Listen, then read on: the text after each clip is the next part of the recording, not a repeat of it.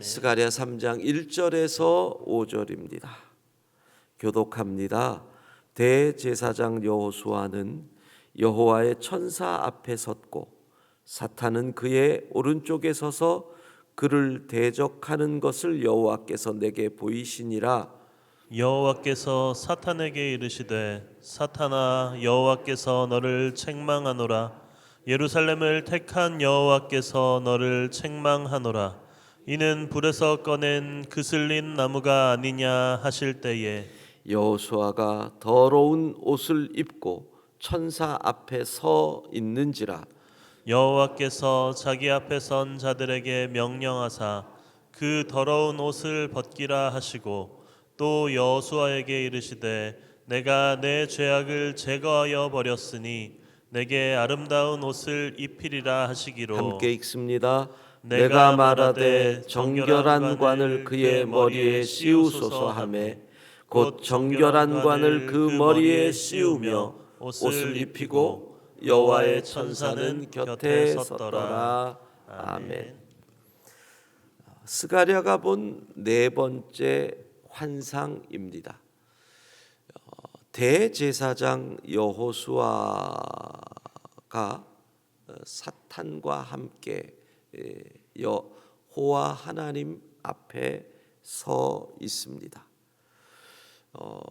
대제사장 여호수아가 있고 또 옆에는 여호와의 천사가 있고 사탄이 있고 그리고 여호와 하나님이 재판장 같이 앞에 계시는 모습이지요. 그런데 이 본문을, 이 환상을 읽다 보면 마치 욥기 서두에 나오는 하나님의 아들들 앞에 있는 사탄이 여호와 하나님 앞에 욥을 참소하는 장면이 떠오릅니다. 참소, 악한 말로 남을 헐뜯어 고소함, 참소. 이것이 바로 사단이 하는 대표적인 일입니다. 참소하는 거죠. 하나님 앞에서 마귀는 욥에 관하여 어떤 참소를 합니까? 욥이 의인인 것 같지만 그게 복을 받아서 잘 먹고 잘 사니까 하는 일마다 잘 되고 가정 평안하고 자식들 사업 잘 되고 그래서 의인인 것 같지, 그 복을 빼앗기면 아마 하나님을 욕하고 떠날걸요. 이 참소는, 사단의 참소는 언제나 팩트를 근거합니다. 거기를 꼬우는 거죠. 욥이 부유한 거 사실이고 욥의 자식들도 사업 잘 되는 거 사실이고 건강한 거 사실이고 그 사실을 근거로 꼬아버리는 겁니다. 욥기 2장 3절을 보면 욥에게 고난을 준 이후에 사단이, 마귀가 하나님 앞에 왔을 때 하나님이 이렇게 말씀을 하셔요. 내가 나를 충동하여 까닭 없이 그를 치게 하였다. 참소, 까닭 없이 충동질 하였다. 자, 바로 그와 같은 모습을 우리 머릿속에 그리면 이 환상이 보일 것입니다. 자, 오늘 본문의 환상은 결국은 죄로 더럽혀진 인간을 예수 그리스도의 보혈로 씻으시고 용서하시고 다시 새롭게 사용하시는 그 하나님의 은혜를 우리에게 보여주는 내용입니다.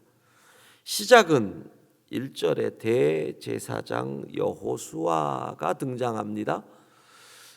스가랴 강의 첫날에 BC 605년 아직 남유다가 멸망하기 전에 바벨론의 침공으로 포로로 끌려간 1차로 포로로 끌려간 사람들이 있는데 대표가 다니엘이었다. 그런데 1차로 포로로 끌려간 사람 가운데 대제사장 한 명이 있었는데 그의 이름이 여호사닥입니다. 이 여호사닥이 낳은 아들의 이름이 여호수아입니다. 대제사장 여호수아, 그가 538년 다시 고레스의 명에 의해서 1차 포로 귀환 때 돌아온 스룹바벨 총독과 함께 돌아온 사람이 대제사장입니다. 그런데 오늘 성경은 이 대제사장이 여호수아가 더러운 옷을 입고 있다라고 기록하고 있습니다. 이 더러운 옷을 입고 있다라는 것은, 대제사장이 먼저 상징하는 것은 그가 이스라엘 모든 백성을 대표하는 것이죠.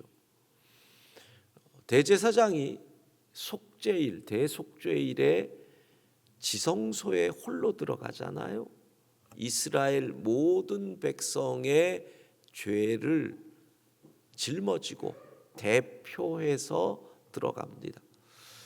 그러니까 더러운 옷을 입었다라고 하는 것은 대제사장이 모든 이스라엘의 죄를 대신 짊어지고 있음을 상징하는 거죠.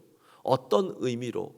너희가 죄를 짓고 포로로 끌려갔는데 내가 그것을 용서해줘서 다시 돌아오게 해서 성전을 짓다가 조금 힘들다고 그렇게 멈춰 서 있느냐? 그것이 더러운 옷이 될 수도 있습니다. 그런데 한 걸음 더 나아가서 이스라엘을 대표하는 것이 아니라 온 인류를 대표하는 대제사장이라고 생각한다면 그가 입은 더러운 옷은 모든 인간의 죄를 대신 짊어진 우리 주 예수 그리스도의 모습처럼 우리가 생각할 수 있는 거죠. 그런데 이 더러운 옷을 입은 이 대제사장, 이 모습을 2절에 이렇게 표현합니다. 이는 불에서 꺼낸 그슬린 나무가 아니냐. 불에서 꺼낸 그슬린 나무, 아무 쓸모없는 나무, 이것을 재활용하려면 이득이 안 되고 재활용 비용이 훨씬 더 드는, 씻고 닦고 깨끗하게 했는데 나중에 쓰려고 하면 불에 타서 나무 중심이 아무런 힘을 받지 못할 수 있는, 그냥 차라리 불에 던져서 장작으로 쓰는 게 좋은 나무. 이 불에 탄 곳에서 꺼낸 그슬린 나무라고 하는 표현은 구약의 선지자들이 제법 이 표현을 사용을 합니다. 아모스 선지자는 불 붙는 가운데서 빼낸 나무 조각이라는 표현을 쓰고요. 이사야 선지자는 연기 나는 부직갱이 그루터기라는 표현을 씁니다. 다 비슷한 표현입니다. 이스라엘이 당시에 쓰던 속담 같은 표현이지요. 극심한 고통에서 겨우 풀려났지만 그러나 쓸모없는 존재라는 의미입니다. 그러니까 지금 사단이 참소를 하는 겁니다. 재판장이신 하나님, 이거 쓸모없습니다. 이스라엘 쓸모없습니다. 죄로 시꺼멓습니다. 재활용 안 됩니다. 차라리 버리는 게 낫습니다. 이 참소의 자리. 그런데 오늘 본문의 환상을 보면 이렇게 돼 있잖아요. 사단은 대제사장의 앞에, 그리고 하나님의 오른쪽, 이렇게 돼 있단 말이에요. 그러니까 사단의 참소의 소리가 내 귀에 들린다는 거예요. 여러분, 이게 고통이에요.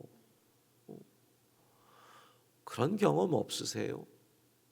죄를 지었을 때, 유혹에 흔들렸을 때, 하나님 앞에 기도하고 그러는데 이 양심이 찌르는 소리가 귀에 들린단 말이에요. 네가 무슨 자격이 있니?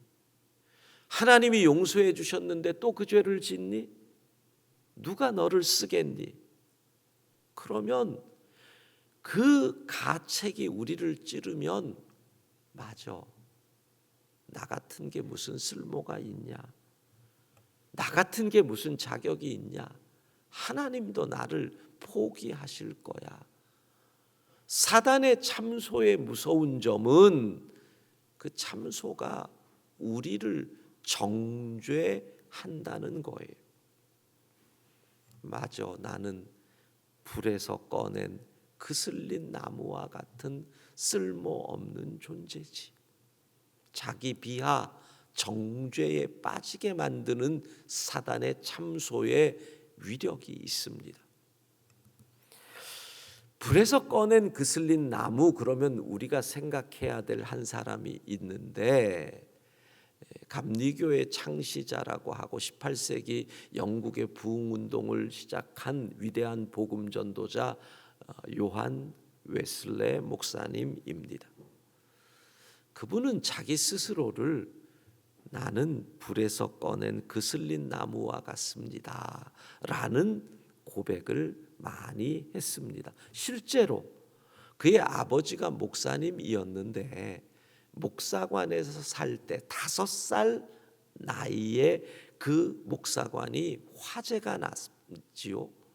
화재가 나서 전소가 돼서 지금 아침에도 우리 대전 쪽에 한국 타이어에 큰 불이 났다는 뉴스가, 그래서 KTX도 돌아가고 열차도 끊고 그런 뉴스가 났던데,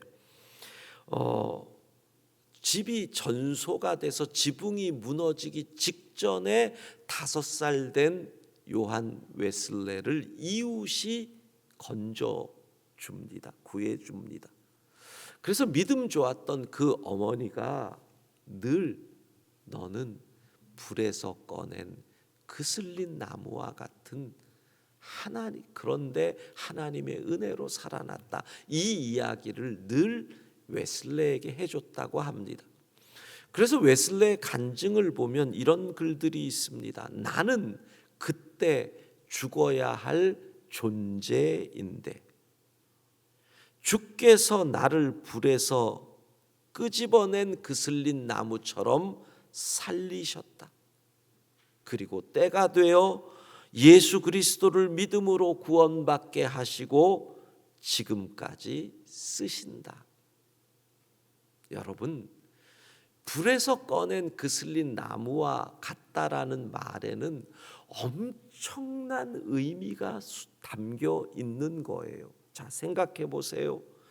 불에서 꺼내려면 누군가가 화재의 현장에 자기 목숨을 걸고 들어가야 가능하다라는 겁니다. 나를 살리기 위해 누군가가, 누구요? 우리 주 예수 그리스도께서 나를 살리기 위해 십자가에 달려 죽으셨다. 그래서 내가 살아났다. 불에서 꺼낸 그슬린 나무라는 것은 그런 의미가 담겨 있죠. 또 불에서 꺼냈다라는 것은 뭐예요? 결코 나를 포기하지 않으신다라는 의미가 있잖아요. 하나님은 결코 우리를 포기하지 하십니다. 사단이 어떤 참소를 하든 저 사람 쓸모 없다, 저 사람 아무런 또 죄 짓는다, 저 사람 거기 선택해서 쓰는 것이 예수 그리스도의 십자가의 죽음을 낭비하는 것이다. 별 참소를 할지라도 2절 말씀, 예루살렘을 택한 여호와께서 예루살렘을 택하시듯이 불에서 꺼낸 나무와 같은 우리를 택하여 주신 줄로 믿습니다.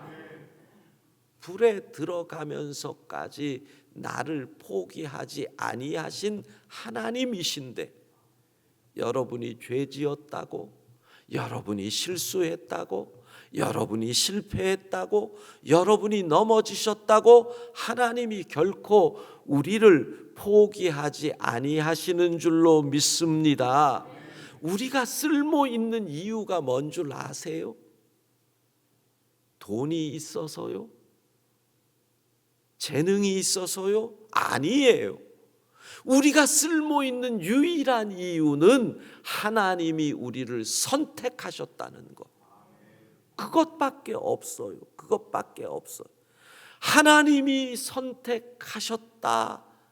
하나님이 나를 사랑하셨다. 그것이 우리가 쓸모 있는 이유인 줄로 믿습니다. 요한 1서 2장 1절 2절 같이 읽습니다. 나의 자녀들아, 내가 이것을 너희에게 쓰면 너희로 죄를 범하지 않게 하려 함이라. 만일 누가 죄를 범하여도 아버지 앞에서 우리에게 대언자가 있으니 곧 의로우신 예수 그리스도시라. 그는 우리 죄를 위한 화목 제물이니 우리만 위할 뿐 아니요 온 세상의 죄를 위하심이라. 아멘. 우리 주 예수 그리스도께서 하나님 앞에서 대언자 변호사의 역할을 하신다. 그분이 우리를 위한 희생 제물이 되어 주시는 것이지요. 그래서 3절을 보면 여호수아가 더러운 옷을 입고 천사 앞에 서 있습니다. 모든 인류가 죄를 지었다는 거지요. 근데 여호와께서 그 더러운 옷을 벗겨라. 그리고 내가 내 죄악을 제거하여 버렸으니 내게 아름다운 옷을 입히라. 대제사장 여호수아, 죄 지은 우리는 한 게 아무것도 없어요. 그렇잖아요. 불에서 꺼낸 그슬린 나무, 그거로 그냥 서 있을 뿐이에요. 그런데 하나님이 선택해 주셔요. 우리를 불에서 건지기 위해 아들을 십자가에 달려 죽게 하셔요. 그리고 뭐라 그러시느냐? 더러운 옷을 벗겨라. 죄를 제거하셔요. 아름다운 옷을 입혀라. 보세요. 우리가 하는 게 하나도 없잖아요. 그래서 우리는 무엇을 얘기해요? 은혜를 얘기하는 거예요. 우리는 그냥 불에서 뒹구는 나무예요. 다 죽을 수밖에 없어요. 그런데 아들을 보내셔서 건지시지요. 더러운 옷을 아들의 피로 깨끗이 씻겨주시죠. 심지어는 그 옷을 우리가 입지도 않아요. 그 옷도 입혀주셔요. 하나님이 선택하시고 하나님이 사용하시고 하나님의 은혜인 줄로 믿습니다. 그리고 우리에게 자격을 부어주셔요. 5절, 정결한 관을 그의 머리에 씌우소서. 대제사장이 쓰는 관, 정결한 관을. 마르틴 루터가 종교개혁을 하다가 얼마나 고통을 많이 받았겠어요. 어려움을 많이 겪고 그런 게 있어요, 여러분. 하나님의 뜻이다 믿고 선한 일을 할 때 일이 쉽게 풀리면, 잘 풀리면 맞아, 이건 하나님의 뜻이니까 하나님의 도움이 도와주시는 거지, 이렇게 되는데, 일이 막히면 먼저는 이런 질문이 생겨요. 이게 진짜 하나님의 뜻일까? 그런데 아무리 기도해도 하나님의 뜻이잖아요. 그러면 두 번째 던지는 질문이, 하나님의 뜻은 맞는데 내가 자격이 없는 내가 해서 이 문제가 생기는가? 자격이 있나 없나? 그런데 이게 언제나 이 고민이 사단의 참소와 연결될 때가 많아요. 나의 길을 막으려고 사단이 끊임없이 자격도 없는 게, 너 같은 죄인이 무슨 이런 일을 한다고, 아무나 하냐?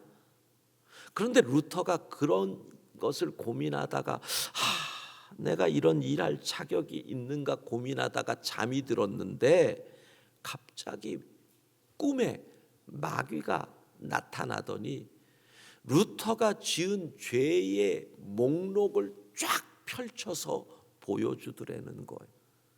너 자격 없어. 그래서 이 일이 안 되는 거야. 이걸 말하려는 거죠. 참소지요.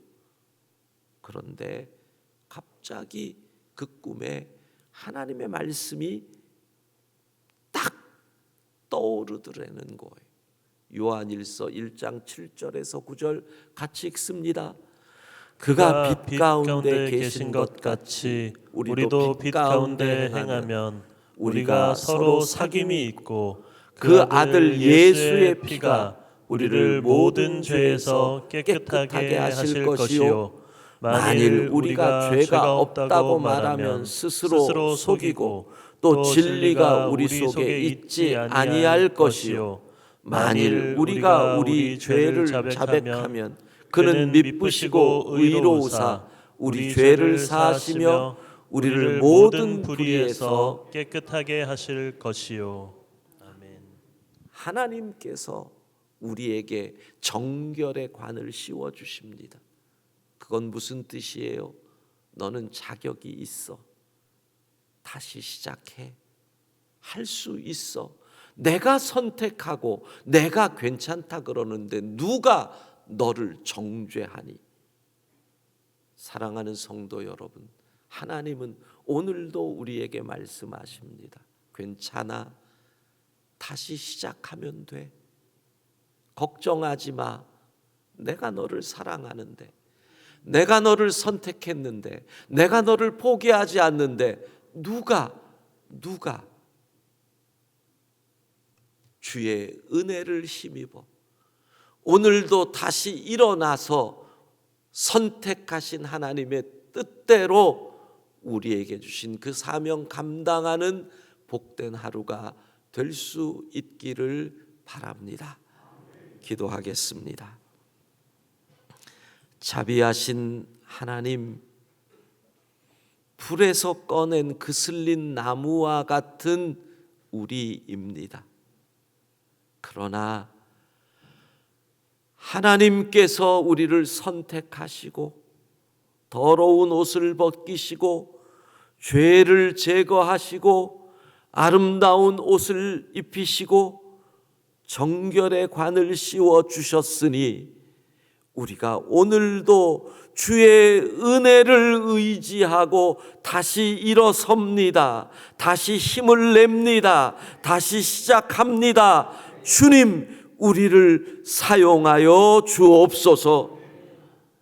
날씨가 갑자기 쌀쌀해졌는데 오늘 하루도 우리의 건강을 지켜주시고 우리의 자녀들도 학교에서나 친구들을 만나는 곳에서나 직장에서나 주의 날개 그늘 아래 안전하게 품어 주옵소서.